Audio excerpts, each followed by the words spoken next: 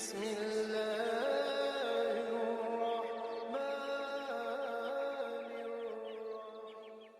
السلام علیکم ورحمۃ اللہ وبرکاتہ۔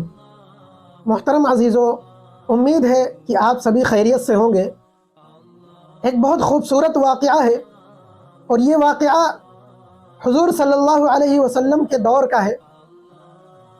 واقعہ کچھ یوں ہے کہ آپ کے دور میں ایک شخص رہتا تھا جس کا نام ولید تھا۔ ولید یہ کافر تھا، اور اس کے پاس ایک سونے کی مورتی تھی جس کی یہ پوجا کیا کرتا تھا۔ ایک مرتبہ ہوا ایسا کہ یہ اپنے گھر میں اس مورتی کے سامنے پوجا کر رہا تھا۔ اچانک اس کی مورتی میں حرکت پیدا ہو گئی، وہ ہلنے لگی اور وہ مورتی بولنے بھی لگی، اور بولی بھی تو کیا، وہ کہنے لگی کہ سنو، یہ جو اللہ کے نبی ہیں یعنی محمد، یہ جھوٹے ہیں، اللہ کے نبی نہیں ہے۔ یہ محمد جو کہتا ہے نعوذ باللہ وہ جھوٹ کہتا ہے، گمراہی پھیلاتا ہے، تو یہ جھوٹا نبی ہے۔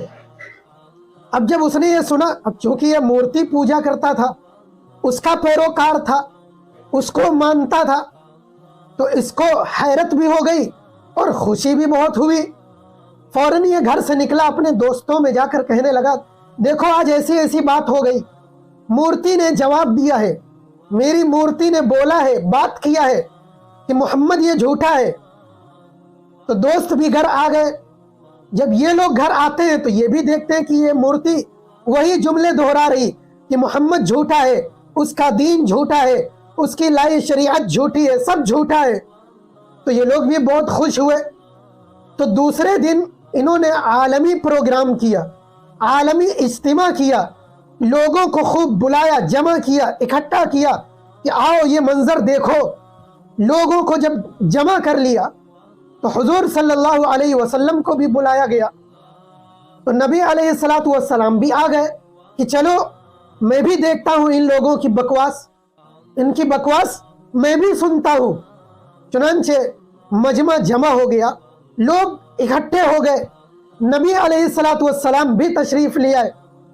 اب جب بت کی بولنے کی باری آئی تو وہ پھر بول اٹھا، لیکن وہ کیا بولا کہ اے لوگوں، محمد الرسول اللہ صلی اللہ علیہ وسلم اللہ کے سچے رسول ہیں، ان کا لایا ہوا دین سچا ہے، ان کی ہر بات سچی ہے، یہ سچے رسول ہیں، جو کہتے ہیں سب سچ کہتے ہیں۔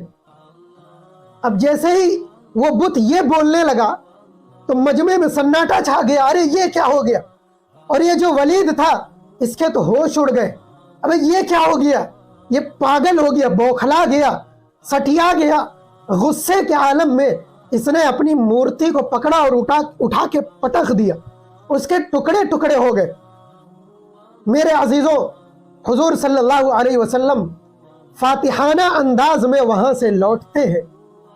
جب آپ لوٹے ہیں تو راستے میں ایک گھوڑے پر کوئی شخص آ رہا تھا۔ یہ سبز رنگ کی پوشاک پہنے ہوئے تھا، خوبصورت نوجوان، ہاتھ میں تلوار لیے ہوئے، اور تلوار سے خون ٹپک رہا تھا۔ نبی علیہ السلام نے فرمایا کہ اے نوجوان، تم کون ہو؟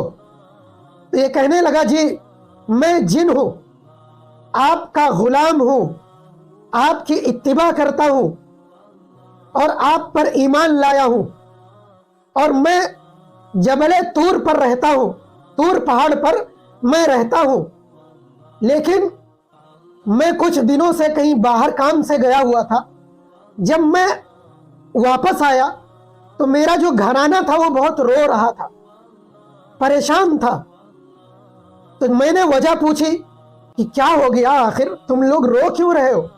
تو میرے گھر والوں نے بتایا کہ جب آپ کہیں چلے گئے تھے تو اسی دوران ایک کافر جن آ گیا تھا، مکے میں کافر جن آ گیا، اور وہ جن ولید کے بت میں گھس گیا، اور ولید کے بت میں گھستے ہی وہ ہمارے نبی حضور پاک صلی اللہ علیہ وسلم کے خلاف الٹی سیدھی بکواس کر رہا ہے۔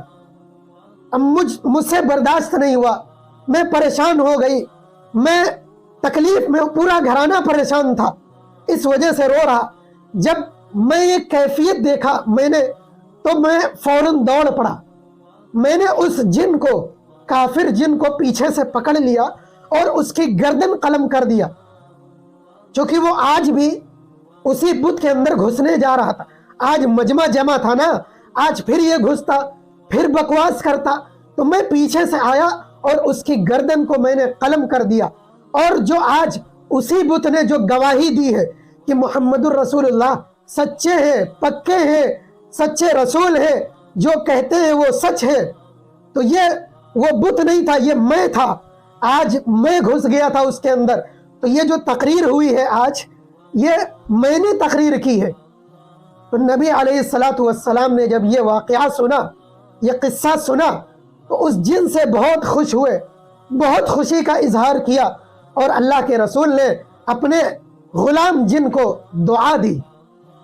تو میرے عزیزوں، نبی علیہ السلام یہ صرف انسانوں کے نبی نہیں تھے، جناتوں کے بھی نبی تھے، جناتوں کے بھی رسول تھے۔ کل کائنات کے رسول بنا کر اللہ نے حضور صلی اللہ علیہ وسلم کو اس دنیا میں مبعوث فرمایا۔